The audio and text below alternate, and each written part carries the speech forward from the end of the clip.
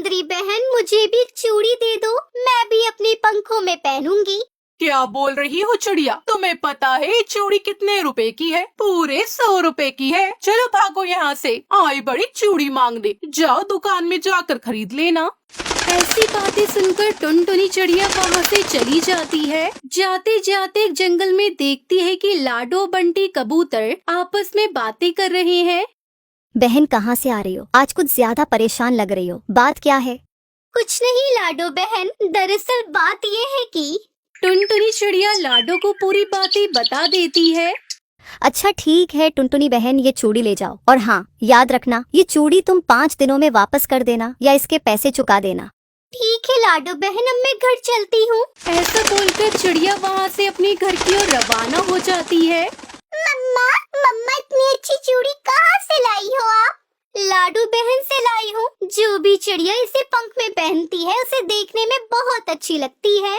ऐसा बोलकर टुनटुनी चिड़िया अपनी बेटी सुनहरी को चूड़ी पहना देती है। कुछ समय बाद नदी किनारे चिड़िया और उसकी बेटी सुनहरी बैठी हुई थी कि तभी सुंदरी कौवी वहाँ पर आ जाती है और सुनहरी के पंख पर चूड़ी देखकर सुंदरी बोलती है, अरे टुनटुनी, ये चूड़ी कहाँ से खरीदी हो तुमने? देखने में तो बहुत महंगी लग रही है। सुंदरी, तुम्हारे जैसे सभी पक्षी जालिम नहीं है। जंगल में कुछ ऐसे भी पक्षी रहते हैं जो किसी भी चिड़िया की मजबूरी को समझते हैं और उसकी सहायता भी करते हैं। मुझे ताने मत मारो चिड़िया, मैं चूड़ी दूं या ना दूं, मेरी मर्जी। ऐसा गुस्से होकर सुंदरी वहाँ से चली जाती है। चलो बेटी, घर चलते हैं, शाम भी होने वाली है। ऐसे चिड़िया और उसकी बेटी सुनहरी अपने घर आ जाते हैं। थोड़ी देर बाद चिड़िया की बच्ची दाना खाती है और वो सो जाती है और उधर सुंदरी कौवी अपने पति कालू कौवे को बुलाती है।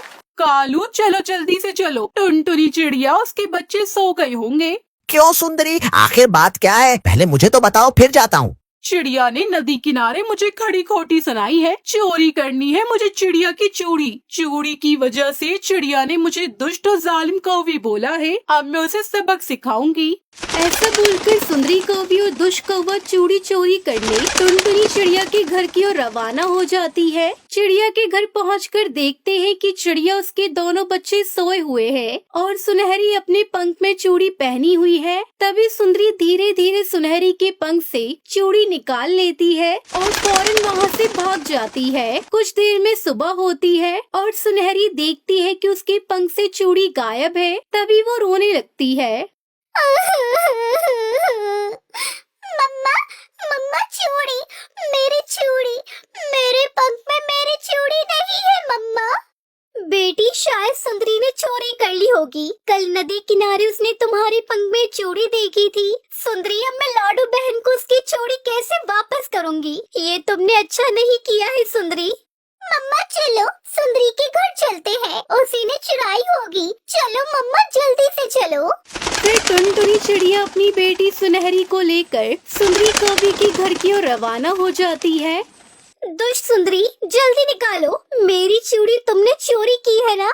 अपनी जबान बंद करो चिड़िया, वरना डंडे लगाकर घर से निकाल दूंगी। गलत इल्जाम लगा रही हो। रात को तो हम अपने बच्चों के साथ सोए हुए थे, नहीं तो कालू से पूछ लो।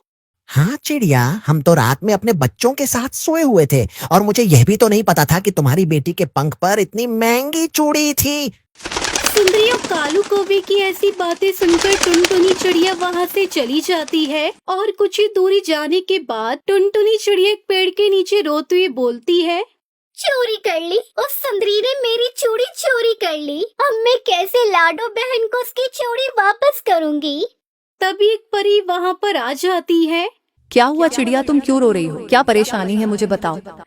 परी के पूछने पर टुनटुनी चिड़िया सारी बातें बता देती है जो सुंदरी और कालू ने उसके साथ किया। मत रो चिड़िया बहन, ये लो जादुई चूड़ी के पेड़। आप इस पेड़ को ले जाकर अपने घर के पास लगा देना। आज रात को इस पेड़ पर बहुत सारी खूबसूरत चूड़ियाँ लग जाएंगी और सुबह होते ही तुम पेड़ पर से सभी चूड़ियों को उतार लेना और गरीब पक्षियों की मदद करना। और एक बात याद रहे, यदि कोई पक्षी जादुई पेड़ पर से चूड़ी उतारने की कोशिश करेगा तो चूड़ियाँ लाठी का रूप धारण करके उस पक्षी को मारने लगेगी।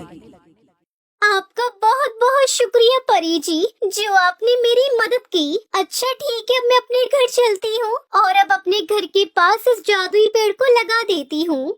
ऐसा बोलकर चिड़िया वहाँ से अपने घर चली जाती है और अपने घर के पास उस पेड़ को लगा देती है। ऐसे ही रात हो जाती है और टुनटुनी चिड़िया अपने बच्चों के साथ अपने घोंसले पर सो जाती है। कुछ देर बाद वो देखती है कि उसके पेड़ पर बहुत सारी चूड़ियाँ लगी हुई है। मम्मा मम्मा ये देखो कितनी खूबसूरत चूड़ियाँ पेड़ पर लगी हुई है। मम्मा मुझे उतार कर दो ना। ठीक है बेटा, मैं भी उतारती हूँ। ऐसा बोलकर चिड़िया पेड़ पर से चूड़ियाँ उतार लेती है और कुछ चूड़ियाँ अपनी बेटी सुनहरी को पहना देती है और कुछ चूड़ियाँ लेकर लाडो चिड़िया के पास पहुँच जाती है और टुनटुनी चिड़िया लाडो को सारी बातें बता देती है। फिर टुनटुनी चिड़िया जगह जगह जाकर गरीब पक्षियों को चूड़ियाँ बांट देती है। ऐसे ही कुछ दिन बीत जाते हैं। फिर एक दिन सुंदरी अपने पति कालू कौवे को बोलती है, सुना है कालू, रात को चिड़िया के पेड़ पर खूबसूरत चूड़ियाँ लगती हैं। चलो कालू, अभी चिड़िया के पेड़ पर से सारी चूड़ी तोड़कर बाजार में बेचती हूँ और फिर हम अमीर बन जाएंगे। जल्दी चलो वरना सुबह हो जाएगी और फिर अमीर बनने का सपना समाप्त हो जाएगा।